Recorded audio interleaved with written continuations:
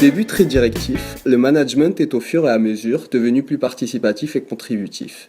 Les méthodes et organisations de travail ont largement évolué, ainsi que le management qui a dû s'adapter à ces changements. Le salarié n'est plus considéré comme un coût, mais désormais comme une ressource, force de proposition et non simple exécutant. Mais alors, comment le management participatif agit-il sur l'engagement des salariés au sein de l'entreprise ? Le management participatif consiste à susciter l'engagement et la prise d'initiative des salariés en les responsabilisant et les intégrant dans la vie quotidienne de l'entreprise, surtout lors de la prise de décision. Il vise à motiver, déléguer, communiquer et à se respecter mutuellement. Mais tout cela n'est que de la théorie, qu'en est-il de la pratique ? Justement, nous avons posé la question à 2 managers. Donc moi je représente la société Exia sur Sophia Antipolis, donc je suis responsable d'agence. La grosse différence, je dirais, des autres sociétés de services, c'est que nous, on axe énormément sur le talent de toutes les personnes qu'on recrute, malgré le fait de continuer à grossir. Et notre objectif, c'est bientôt d'arriver aux 1000. On garde ce suivi de nos consultants et nos consultants se sentent bien chez nous. Donc pour nous, c'est la meilleure récompense. Pour nous, c'est vraiment le potentiel, les capacités et la volonté qu'a la personne. C'est vraiment son comportement qui va être différent. Maintenant, la meilleure image que peut avoir un client par rapport à notre société, c'est ce que fait le client, ce que fait le consultant, tous les jours là-bas. S'il est content, il ne va pas le crier sur tous les toits, mais il sera impliqué, motivé, content d'aller sur sa mission et tout va bien se passer.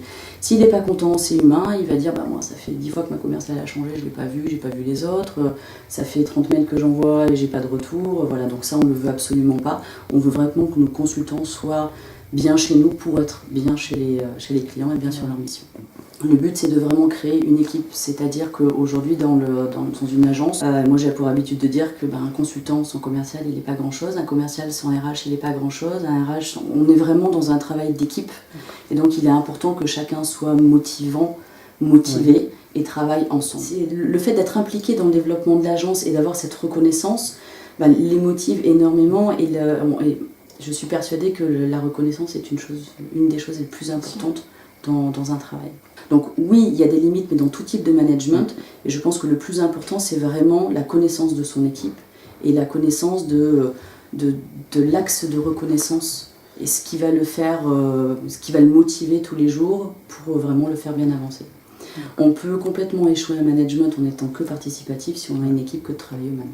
Après, il est nécessaire d'avoir une partie directive, mais après c'est vraiment dans un mode participatif, c'est-à-dire énormément de communication, beaucoup d'écoute et de la motivation des équipes en interne. Donc je pense que pour moi, un très bon management, ce serait vraiment d'arriver à mieux identifier les personnalités, le comportement de chacun pour pouvoir créer de meilleures équipes pour qu'elles travaillent encore mieux ensemble. Guillaume Deschemont, je travaille chez Mars depuis 7 ans. Je suis le directeur régional PACA Corse. Chez Mars, on a un management de proximité. La taille des équipes est un critère important puisqu'on essaye d'avoir des équipes qui ne vont pas plus de 15 personnes. Mars favorise l'égalité de traitement au sein de l'entreprise entre les collaborateurs, par exemple avec un open space où le comité de direction est au centre de l'open space, qui facilite la proximité avec l'ensemble des associés. Et il faut vraiment avoir un partage. Donc le plus tôt possible, à mon avis, il faut les incorporer à certaines décisions pour qu'ils se sentent pleinement épanouis dans leur société. Mars reconnaît le mérite de chacun et laisse la place à la prise d'initiative. Ça peut aussi avoir des limites, parce que par exemple, si on prend l'exemple du tutoiement, ça peut aller vers il faut rester à sa place, parce que ce n'est pas l'ultra proximité que l'on peut avoir avec le tutoiement. Et également, l'open space ne doit pas être un frein, et les gens doivent s'approprier l'open space pour pouvoir gagner en efficacité. Alors, être un bon manager, c'est avant tout avoir 2 casquettes, une casquette de chef et une casquette d'animateur. Le manager doit développer ses associés, faire preuve d'équité et donner de la visibilité, afin toujours de délivrer des résultats. Il doit être exemplaire, honnête, franc et intègre. Après avoir entendu le point de vue de ces 2 managers travaillant dans des entreprises du top 5 du Great Place to Work, allons découvrir ce qu'en pensent les salariés et les étudiants. Pour moi, quelqu'un qui manage bien, c'est quelqu'un qui inspire plutôt que qui impose.